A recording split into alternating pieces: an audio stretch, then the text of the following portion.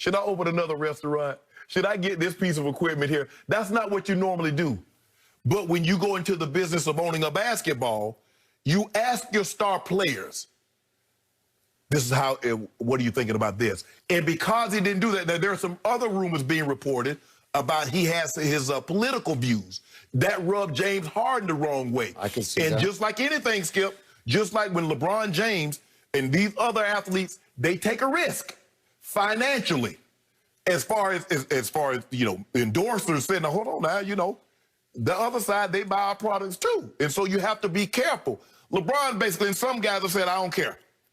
Maybe he's saying he doesn't care. Well, James Harden says, I do. Maybe that's part of it. But Skip, in today's game, I mean, the players have always, superstar players have always had a certain level of power. But it's on steroids. It's magnified times 10 now. They're running everything. Hey, what do you think about this coach? I'm thinking about hiring this coach. What do you think about him? Is this somebody you could play for? You're asking your stars. Well, we're thinking about bringing this guy on. What do you think about that? Skip, from the team trainers, I can assure you, there are very few people that's in that building that LeBron James didn't say, oh, yeah, I can do that. And also, Skip, you know what? I got a couple of boys. They're going to be around here a future. I mean, you know what? For me to get my hands on LeBron James and have him in my organization, okay, Rich, you want to pass? Here's your card to come in the building anytime. Mav, you want to pass? Randy, you want to pass? Yep. Toronto went as far as to say, okay, Kawhi, we're going to let your fiance and the child fly on the team plane. Wherever you want to go. Skip, those are the concessions that you make. Skip, you know how this works. Pat Riley said, I will not give you a, so to speak, pass on any of that. Right. And guess what?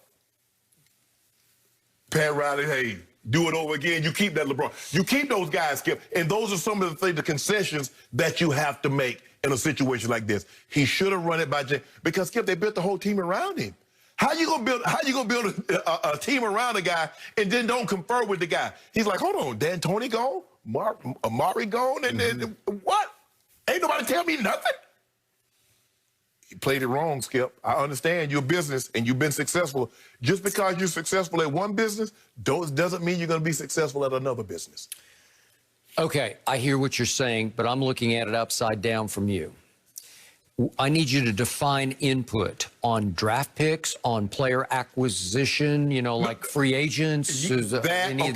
Because, Skip, he sees Daryl Martin. Skip, I've never seen a general manager take out a full-paid ad and thank the player. Changed my life, he said. I've never seen that. There have been a lot of general managers they never did that. And then Mac D'Antoni, Skip, James Harden put Houston on the map. I mean, they were basically a clutch city when they won those 2 championships, had a law, then they had Yao Ming, Tracy McGrady. Back on the map. Right, had Tracy McGrady and Yao Ming. But they was a doormat. Skip, nobody talk about those Houston Rockets until they got that guy. Okay. So the problem with this is, the dirty little secret is that, as we've discussed before, great players don't even often make great team builders, as in great pickers of players, as in, I see that guy can play and that guy can't play. I think LeBron does have that gift. And if he ever wanted to really flex that gift and become a GM later in life, I think it would be more trouble than it was worth for him. He has bigger aspirations, but I believe he could be a team builder. Skip, but I think the thing is that he's looking at, he's not saying, who can I play with? You're making these moves. Okay. You need to run this by, I can play. Now, you're right. Picking a player that's like, okay, I'm not on the team. I can't help this team win the game by shooting baskets. Yeah, I think a lot of those guys are terrible at picking talent because they think it's easy. It came easy for them. That is correct. Did Daryl Morey play basketball at all? No. Not a lick of basketball. Maybe 2K in any level. or something. No, well, not even that. I'm talking about he was an analytics nerd from day one, and he graduated all the way up to top, and he's one of the more respected general managers. R.C. Buford. R.C. Buford was a walk-on both football and basketball player, but he didn't play at any high level in college or certainly pro basketball. Sam Presti has become like a genius in Oklahoma City, especially for acquiring draft picks, but he did not play at any high level in college or pro. We can keep going on. David Griffin, who's going to revitalize the Pelicans. didn't play basketball.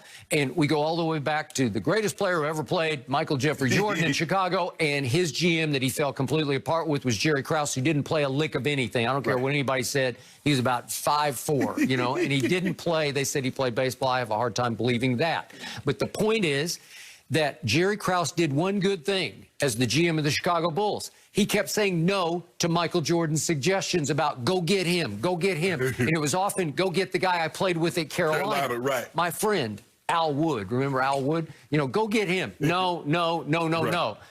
Okay, what have we seen? And I love Jordan to death, but I cannot defend what's happened in Charlotte. He has run their basketball operation now for 15 years. Right. They have made the playoffs 3 times in 15 years. They have never won a single playoff series. They got swept twice in the 3 times that they've been in the playoffs, and their overall playoff record under Michael Jordan is a grand total of 3-12. That is horrendously bad, and the only reason he doesn't get fired is because he owns the team. Yeah, you can't fire him. And it's hard to fire the GOAT to me. You know, like nobody's going to make a case, get him out of there. Well, he's the greatest player ever played. Okay, so, but that shows you that the greatest player is not the greatest picker of players or team builder. I think the thing is, Skip, about what James Harden is like, okay, if you're going to make these moves, at least confer with me. I'm not saying, I'm not going to fight you and says, okay, you shouldn't do it, but at least run it by me. Oh, Daryl Morey. Maybe James could have talked Murray into staying. Maybe he could have talked D'Antoni. Because, Skip, I mean, come on now. Stephen Silas deserved to get an opportunity. But to go from D'Antoni to Stephen Silas when you got those two guys. I read that James signed off on Stephen Silas. I don't know that Russ and James. And then they decided they weren't signing off on each other. Right? But it's, I mean, what is he supposed to say? Because you know that's going to get out. If he's a man, I can't play for that dude. It's going to get out that James Harden and Russell Westbrook said no to Stephen Silas. Okay. And why they say no to the brother? Okay, but I got you. Unless you just, you think he won't work as your head coach, well, then you should make a little stink and take a stand. When they talk about it, well, he came in and said ball movement. Yeah. Well, that was, if he'd said that from the jump, that would have been a no-go. Ball movement with those two guys? Yep. Ball magnet, what you mean? Okay, I got it. And yet I agree with your premise. In today's NBA, you better at least listen. You better solicit the input. I don't know that you need to act upon all of his suggestions, but you need to make him feel like he's in the loop, right? He's in the power loop. At least Marks is he honest about it. Oh, yeah, we ran this by Kyrie and KD about Steve Nash. Oh, we ran this about Skip. You just do it. Only Pat Riley. Pat Riley ain't running anything about anybody. Nope, he's not. He's not. But he's the only one. But he's going to make it very difficult for him to get the Kevin Durant and the LeBron James to come back because he made some concessions and maybe LeBron wanted a little bit more. And he's like, nah, I'll give you all I'm going to give you. Skip, to get Tom Brady, Tampa moves heaven and earth. What you want? You want a park where Bruce Arians park? Okay. You want Giselle to have a car slot right next to yours where Bruce?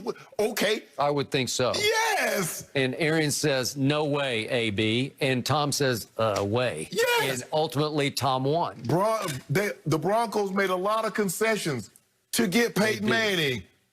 And it worked. Come on. Yep. Yes. You earn it. I mean, you want that respect. I hear you guys. These big movies. Skip, what they do for to get an A-lister? You're like, nah, we can't do that. Whatever food, whatever drink, whatever hangout spot. I mean, you got to do what you got to do. They built Michael Jordan a court. They built him a court, a full-size court, Skip. For Space Jam. Yes. LeBron? LeBron had one, too. He did. But he tries to get everything. There you go. See that. What are you talking about that? Unfortunately for the Cowboys, they really could, give their stars anything. But right now, they're thinking about rebuilding possibly their offense, and maybe they should move on from Ezekiel Elliott. Antonio Cromartie will join us. Let's get his thoughts.